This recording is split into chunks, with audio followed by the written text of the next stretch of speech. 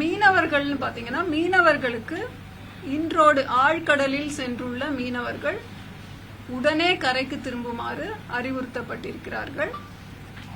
எந்தெந்த பகுதிகளுக்கு செல்ல வேண்டாம் அப்படின்னா தமிழக கடலோர பகுதிகள், குமரிக்கடல் மற்றும் மன்னார் வளைகுடா பகுதிகள், கேரள கடலோர பகுதிகள், லட்சத்தீவு மற்றும் மாலத்தீவு பகுதிகள், தென் வங்கக்கடல் பகுதிகள், அந்தமான் கடல் பகுதிகள்.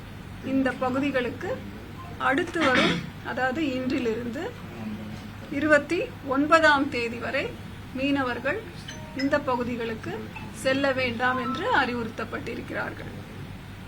எதனால்?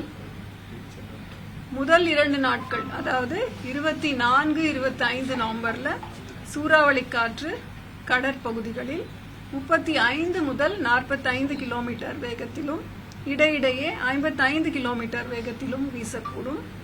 அதற்கடுத்த 3 தினங்கள் 26, 27, 28 மற்றும் 29 சூறாவளி காற்று மணிக்கு 45 முதல் 55 கிலோமீட்டர் வேகத்திலும் இடையிடையே 65 கிலோமீட்டர் வேகத்திலும் வீசக்கூடும்.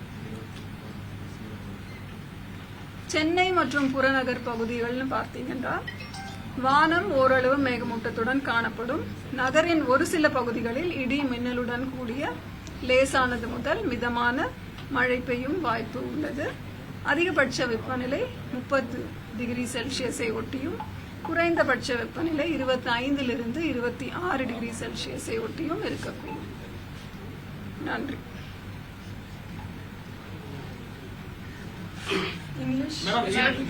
அதி கனமழை எச்சரிக்கை வந்து தென் மாவட்டங்கள்ல நம்ம சில நாட்களாகவே கொடுக்கல. பட் கடந்த 2-3 நாட்களாகவே தென் மாவட்டங்கள்ல அதி கனமழை அப்படிங்கிறது பதிவாகி வருகிறது.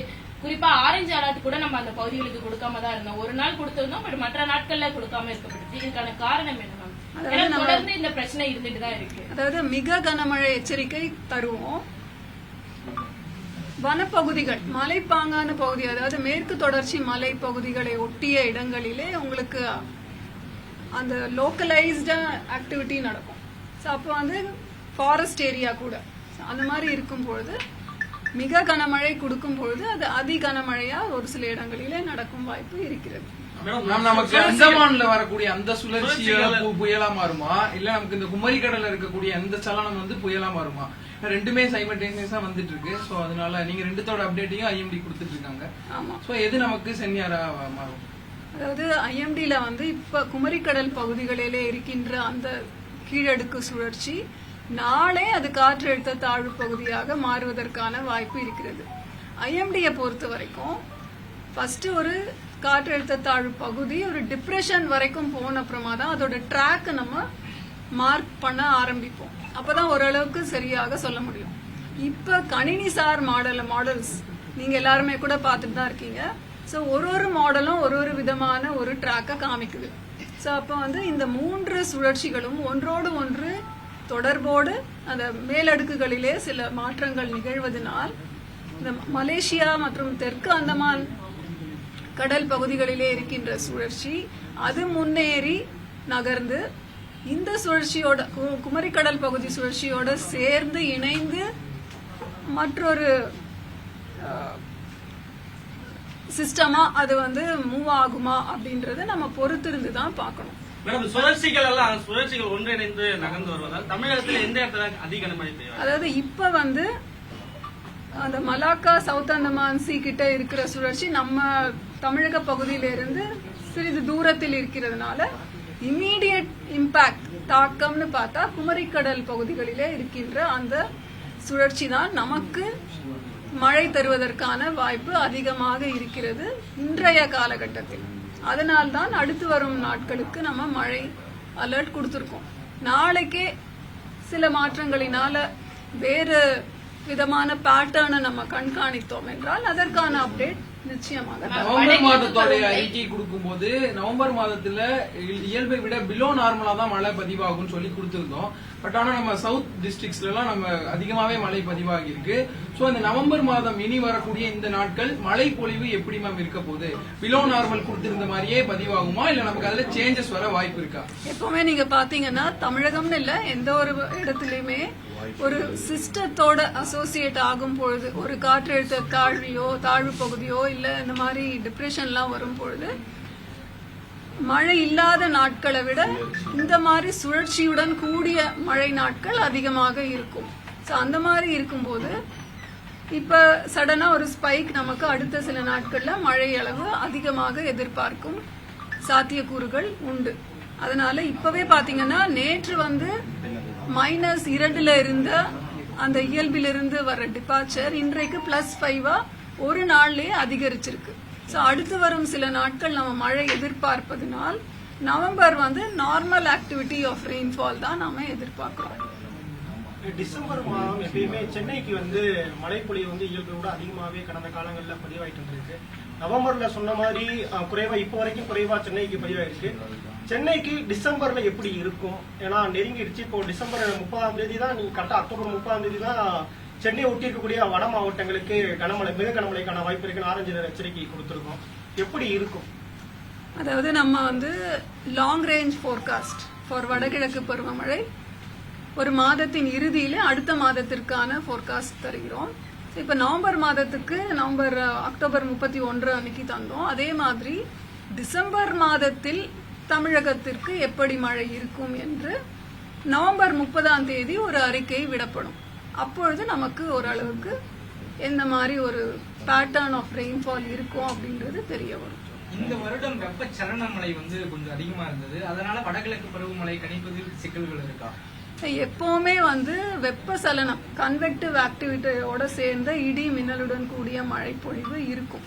ஒரு மாதத்திற்குமே ஒரு ஃப்ரீக்வன்சி நம்பர் ஆஃப் தண்டர்ஸ்டார்ம் டேஸ் அப்படின்னு நம்ம காலநிலை படி கிளைமேட்டாலஜிக்கல் நார்மல்ஸ் படி நம்ம பார்த்தோம்னா நவம்பர்ல ஒரு 12 நாட்கள் வந்து மழை நாட்கள் அப்படின்னா அதுல தண்டர்ஸ்டார்ம் அசோசியேட்டட் ரெயின்ஃபால் இருக்கும். அது இந்த வருடம் தான் அதிகம் அல்லது குறைவுன்னு சொல்ல முடியாது. அடுத்த 48 மணி நேரத்துல புயலா மாறக்கூடும் அப்படின்னு சொல்லியிருக்காங்க. எது புயலா மாறக்கூடும்? வங்கக்கடல்ல நிலை கொண்டிருக்காங்க அந்தமான் பகுதியில் அது வந்து காற்றழுத்த தாழ்வு மண்டலமாக மாறுவதற்கான வாய்ப்பு இருக்கிறது. Depression stage. எப்போ ஒரு டிப்ரெஷன் அடுத்த கட்டமான புயலாக மாறுமோ அப்பொழுதுதான் அதற்கு பெயரிடப்படுகிறது. அது கூட IMD கன்வென்ஷன்.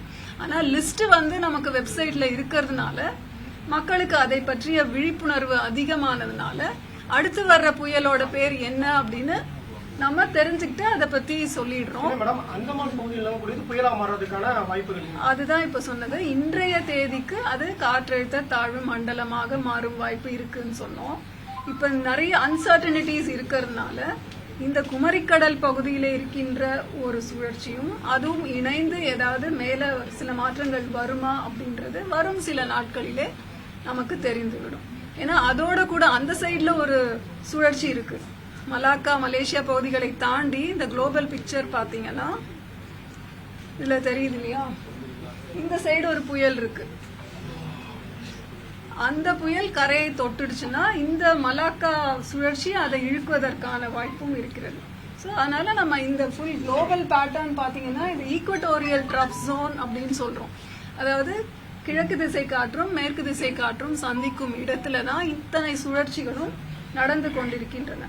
அப்ப வளிமண்டலத்துல இது வந்து ஆல்மோஸ்ட் ஒரு 1000 கிலோமீட்டர் டிஸ்டன்ஸ்ல உங்களுக்கு இத்தனை மாற்றங்களும் நிகழும் பொழுது நம்ம மாடல்ஸ் ஒன்னொன்னும் ஒரு மாதிரி ஒரு இன்டர்பிரிட்டேஷன் தரும் பொழுது நமக்கு ஆக்சுவல் அப்சர்வேஷன்ஸ் என்னன்னு பாக்குறோம்.